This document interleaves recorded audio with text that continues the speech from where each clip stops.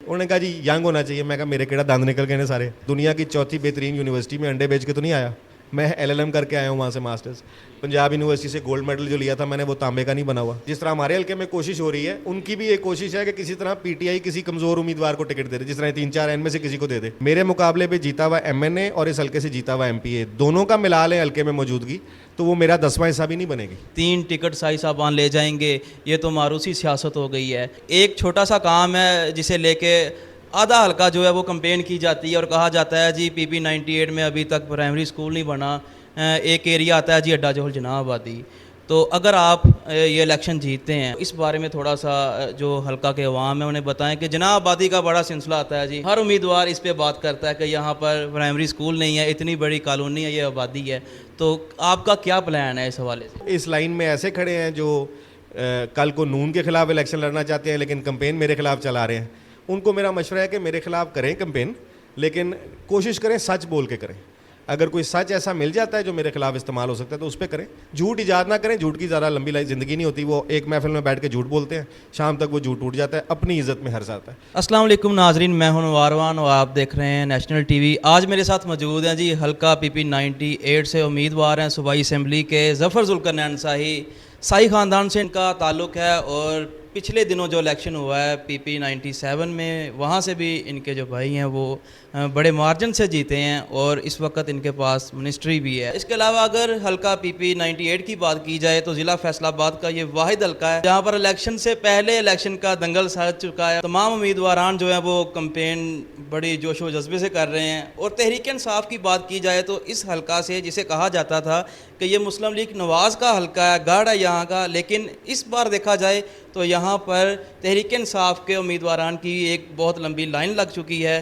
और ज़फ़र साहब जो हैं ये साबिका एमपीए भी हैं। 2018 में इन्होंने एमएनए का इलेक्शन भी लड़ा है। इसके अलावा इनका एक अपना दड़ा है जो कि बड़ा मजबूत समझा जाता है। तो बाकी सारी बातचीत इनसे करेंगे। जी सर, क्या हाल चाल? जी अल्हम्दुलिल्लाह, सब खैर शुक्र। अच्छा साई साहब, सबसे पहले तो हमें ये बताएं, तहरीक इंसाफ के इस हल्का से बहुत सारे उम्मीदवार हैं जिनमें आपका भी एक नाम आता है, तो बाकी जो उम्मीदवार हैं उन्हें आप किस नज़र से देखते हैं और क्या कहें किस बारे में? मेरा मिजाज कुछ उन उम्मीदवारों से मुख्तलिफ है, इसलिए मैं तो उनको एहतराम की नज़र से ही देखता हूँ। मेरे लिए मेरे इलाके का कोई भी शख्स है, चाहे मेरा मुखालिफ ही क्यों ना हो, वो मेरे लिए काबिल एहतराम है। पीटीआई की उम्मीदवारों की लंबी लाइन की वजह क्या है? वजह साफ़ है, पिछले 4-6 महीने में अवाम में पीटीआई की बहुत पजीराई बढ़ी है और ख़ान साहब का एक वोट बैंक में बहुत इजाफा हुआ है। तो बहुत से लोगों ने इसको असम्बली पहुँचने का शॉर्टकट समझ लिया है। तो वो शायद इस चक्कर में है कि जी बैठे बिठाए हमें पैनल अच्छा मिल जाए, शाही साहबान के साथ टिकट पीटीआई का मिल जाए और असम्बली तक रसाई मिल जाए। लेकिन इलेक्शन लड़ना हर बंदे का जमहूरी आइनी हक़ है, तो सबकी ये कोशिश है। हाँ, मेरा इतना ज़रूर एतराज़ होता है क्योंकि मैं आज तक कभी सियासत में इलेक्शन लड़ते हुए अपना दूसरी पार्टी के मुखालिफ के बारे भी कोई गलत बात, कोई झूठ नहीं इस्तेमाल करता होता। तो हाँ, जो इस लाइन में ऐसे खड़े हैं जो कल को नून के खिलाफ इलेक्शन लड़ना चाहते हैं लेकिन कंपेन मेरे खिलाफ चला रहे हैं, उनको मेरा मशवरा है कि मेरे खिलाफ करें कंपेन, लेकिन कोशिश करें सच बोल के करें। अगर कोई सच ऐसा मिल जाता है जो मेरे खिलाफ इस्तेमाल हो सकता है तो उस पर करें। झूठ ईजाद ना करें, झूठ की ज़्यादा लंबी ज़िंदगी नहीं होती। वो एक महफिल में बैठ के झूठ बोलते हैं, शाम तक वो झूठ टूट जाता है, अपनी इज्जत में हर्ज आता है। तो वो उनकी अपनी सियासत के लिए नुकसानदेह है। बाकी ये लाइन इससे भी लंबी होगी, पता तो लगना है जब कागज़ जमा होने हैं, टिकट मिलने हैं, उसके बाद इनमें से कितने खान साहब के सिपाही रह जाते हैं वो देखने वाली बात होगी। अच्छा जी, यहाँ पर जो पीटीआई का वर्कर है वो इस वक्त बड़ा परेशान है कि हम किसके साथ चलें। एक तो ये पैगाम दिया जा रहा है जी 3 टिकट शाही साहबान ले जाएंगे, ये तो मारूसी सियासत हो गई है, तो आप इससे बाहर निकलें। आप इस सिलसिले में क्या कहेंगे? ये जो कंपेन एक जारी है कि जी 3 टिकट ले जाएंगे, इससे बाहर निकलें, ऐसा नहीं होना चाहिए। बहुत सारे उम्मीदवार इसी बिना पे कंपेन कर रहे हैं, तो वाज़ेह करें जी थोड़ा। पहली बात तो यह है कि पीटीआई के वर्कर्स को जो मुझसे मिलते भी हैं उनको मैं बता भी चुका हूँ, आपकी वसातत से मैं बाकियों को पैगाम दे दूँ, परेशानी की कोई ज़रूरत नहीं है। दूसरी बात यह कि अगर वो परेशान है कि किसके साथ चलें, तो उनकी परेशानी मैं हल कर देता हूँ। इमरान खान के साथ चलें, और इमरान खान ही इस वक्त पाकिस्तान का लीडर है। हल्कों में कोई किसी को लीडर नहीं समझा जाता। इमरान खान के पीछे खड़े हैं सारे, हम भी खड़े हैं, आप भी खड़े हैं। और तीसरी बात ये जो 3 टिकटों वाली है, वो मैंने एक जगह पहले भी बात की।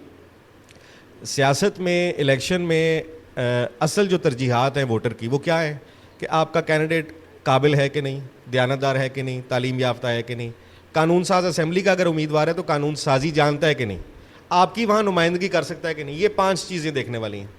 हाँ, इन 5 चीज़ों पे जब कारकुनान और सियासतदान आपस में मुकाबला करें तो वो बनता है। जब इन 5 की 5 चीज़ों में से आपको एक उम्मीदवार के खिलाफ कोई पॉइंट नहीं ना मिलता, मतलब मेरे बारे कोई ये नहीं कह सकता, अगले दिन किसी ने कहा जी कि तालीम याफ्ता उम्मीदवार होना चाहिए, तो मैं कहा जी मैं दुनिया की चौथी बेहतरीन यूनिवर्सिटी में अंडे बेच के तो नहीं आया, मैं LLM करके आया हूँ वहाँ से मास्टर्स। पंजाब यूनिवर्सिटी से गोल्ड मेडल जो लिया था मैंने वो तांबे का नहीं बना हुआ। तो अगर तालीम याफ्ता होना चाहिए तो ठीक। उन्होंने कहा जी यंग होना चाहिए, मैं कहा मेरे केड़ा दांत निकल गए ने सारे। तो जितनी भी वो बातें करते हैं ना, दयानतदारी पे किसी को शक नहीं है। अल्हम्दुलिल्लाह मेरे बुजुर्गों ने इतना अरसा सियासत की है, पूरे मुल्क में नाम है दयानतदार फैमिलीज़ में। तो जब मेरिट पे कोई चीज़ नहीं मिलती तो फिर कोई प्रोपेगेंडा ईजाद करना पड़ता है, उसमें ये आ जाती है मरूसियत, 3 सीटें, ये सारा प्रोपेगेंडा है।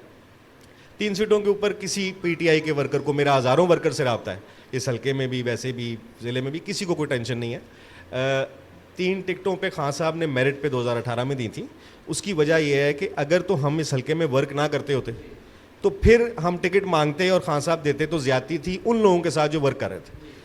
पिछले 4 सालों में PP 98, PP 97 में हमारे अलावा आपको कौन, आप खुद इस इंडस्ट्री से ताल्लुक़ रखते हैं मीडिया की, कौन नज़र आया? 4 सालों में मैं जितना PP 98 के इलाके में फिरा हूँ, जितना लोगों से मिला हूँ, खुशी गमियों में शरीक हुआ हूँ, मेरे मुकाबले पे जीता हुआ MNA और इस हल्के से जीता हुआ MPA दोनों का मिला लें हल्के में मौजूदगी तो वो मेरा 10वां हिस्सा भी नहीं बनेगी।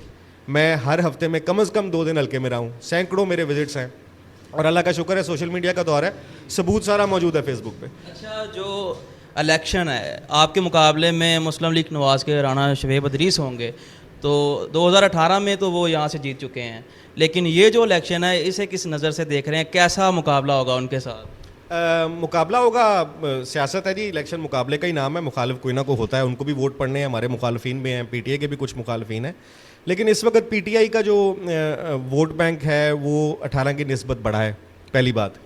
दूसरी बात, PTI का वोटर अब खासा जज्बाती और पक्का है, वो किसी भी प्रोपेगेंडे में, पिछली दफ़ा बड़े बड़े प्रोपेगेंडे इस्तेमाल हुए, पिछली दफ़ा इन्होंने बरादरीज़म पे प्रोपेगेंडा किया, पैसे की सियासत पे प्रोपेगेंडा किया, उन सब चीज़ों से वोटर अब बाहर आ गया। PP 97 का इलेक्शन आपने देखा, वही सारे हरबे इस्तेमाल हुए, लोगों ने बरादरी बेस पे भी प्रोपेगेंडा किया, पैसा भी बेबहा बहाया, इन्होंने मशीनरी भी इस्तेमाल की, लेकिन वोटर डट के खड़ा रहा अपने साथ। हमारा ग्रुप भी खड़ा रहा, हमारा PTI का जो ग्रुप है वो भी खड़ा रहा और हमने एक लीड शेयर आया।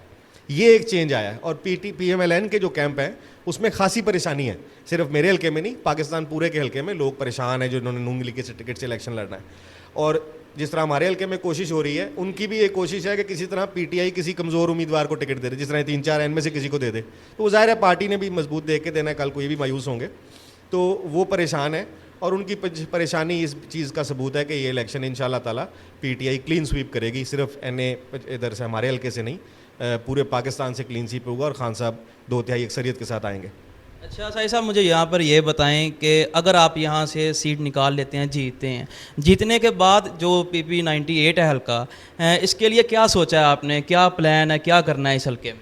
देखिए जी, मैं तो 2008 से जब से सियासत में आया हूँ, मेरी अवलीन तरजीह और मेरा मौक़िफ़ ये है कि एक MPA और MNA जो है वो कानून साजी के लिए जाता है असेंबली में, तो उसकी अवलीन तरजीह तो कानून साजी होती है।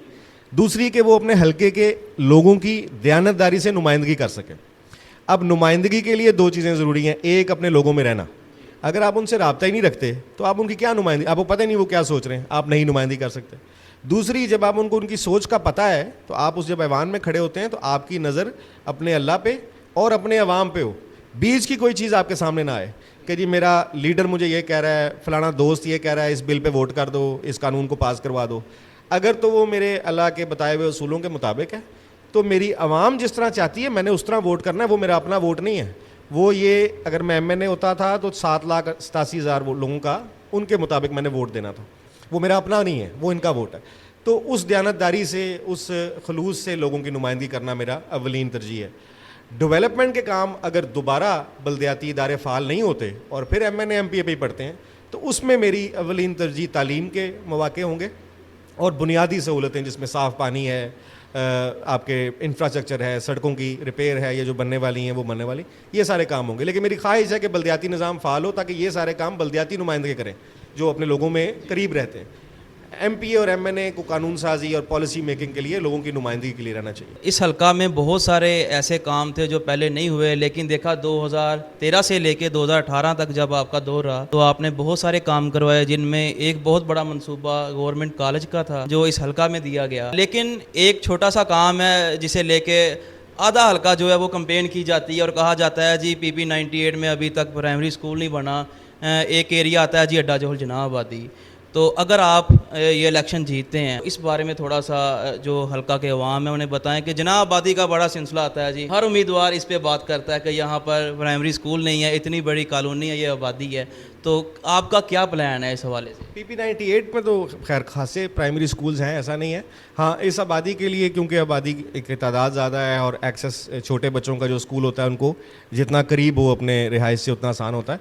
तो इस पे लाजमन एजुकेशन डिपार्टमेंट की जो फिजिबिलिटी है, जैसे ही ये एरिया उस पर पूरा उतर जाएगा, इसके लिए इंशाल्लाह वही बात दोबारा कि सूबाई महकमा जब बनेगा अगली PTA की हुकूमत में, तो इंशाल्लाह ताला जहाँ जहाँ जिस स्कूल की, सिर्फ ये नहीं कि स्कूल हो, उधर स्कूल में मेयारी तालीम की, वो इंशाल्लाह प्रायोरिटी में, जैसे मैंने कहा तालीम अव्वलीन तरजीह है मेरी, तो वो इंशाल्लाह जैसे ही मौका मिलेगा जिस आबादी जहाँ जहाँ पे फिजिबिलिटी रिपोर्ट है कि यहाँ होना चाहिए, उसके लिए पूरी काविश करेंगे। हुकूमत अगर फंड्स जनरेट कर सके तो करवाएंगे इंशाल्लाह। आखिर में जो PTI के वर्कर हैं उन्हें क्या पैगाम देना चाहेंगे? PTI का वर्कर जी माशाल्लाह पूरा तैयार है इलेक्शन के लिए भी और पाकिस्तान की भलाई के लिए भी। उनके लिए यही पैगाम है कि कायम रहें अपने खान साहब के मंशूर के साथ। अल्लाह ताला खैर रखे। इनकी PDM की भरपूर कोशिश है। ये रोज़ कोई नया प्रोपेगेंडा, जिस तरह हल्के में हमें फेस करना पड़ता है ना, उसी तरह मुल्की लेवल पे खान साहब को फेस करना पड़ता है। रोज़ कोई नया प्रोपेगेंडा PDM उठा लाती है, उनकी कोई बात होती है उसको तरोड़ मरोड़ के पेश करते हैं, तो वर्कर निकल गया वो इन चीज़ों से। अब इन चीज़ों से वर्गलाए नहीं जाते, उसका हमें भी फ़ायदा हो रहा है क्योंकि जो हमारे खिलाफ प्रोपेगेंडा हो रहा है वर्कर उससे भी नहीं वर्गलाया जा रहा। तो PTI के वर्कर के लिए ये पैगाम है कि खानका साहब के साथ डट के खड़े रहें। और दूसरी तरफ जो 12-13 मुतरंजन है उसमें कोई इस अहल नहीं है, ना वो मुल्क के लिए कोई भलाई कर सकता है, ना उनकी माजी की कारकर्दगी इस तरफ है।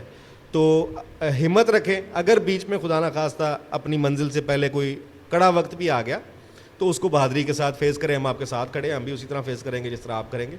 घबराना अब नहीं है और मंजिल अब करीब है इंशाल्लाह ताला। और कुछ महीनों की बात है, खान साहब दोबारा वज़ीर आज़म होंगे और फिर मुल्क की सही जो बेहतरी का सफ़र है वो हम सब के साथ शुरू होगा इंशाल्लाह। बहुत शुक्रिया जी। आपने सुना कि घबराना नहीं है, बिल्कुल खान साहब दोबारा वज़ीर आज़म होंगे। जी ख़वातीन और हज़रात, ये था आज का प्रोग्राम। आपने लाइक करना है, अपनी राय कमेंट्स में ज़रूर देनी है। इसी के साथ बंदा ना चीज़ को दें इजाज़त। अल्लाह ने के बान।